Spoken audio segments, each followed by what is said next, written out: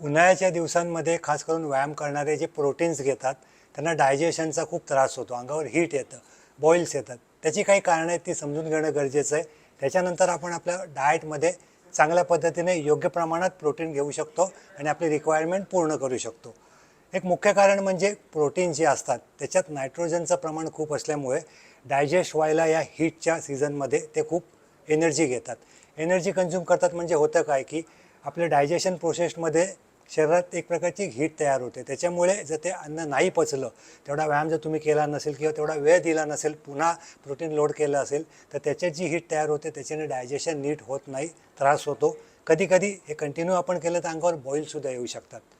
दुसरं असं कारण की कुठलेही प्रोटीन असतील, मग ते व्हेज असतील किंवा नॉनव्हेज बेसमधले, ते डायजेस्ट व्हायसाठी पाण्याची मात्रा शरीराला खूप लागते.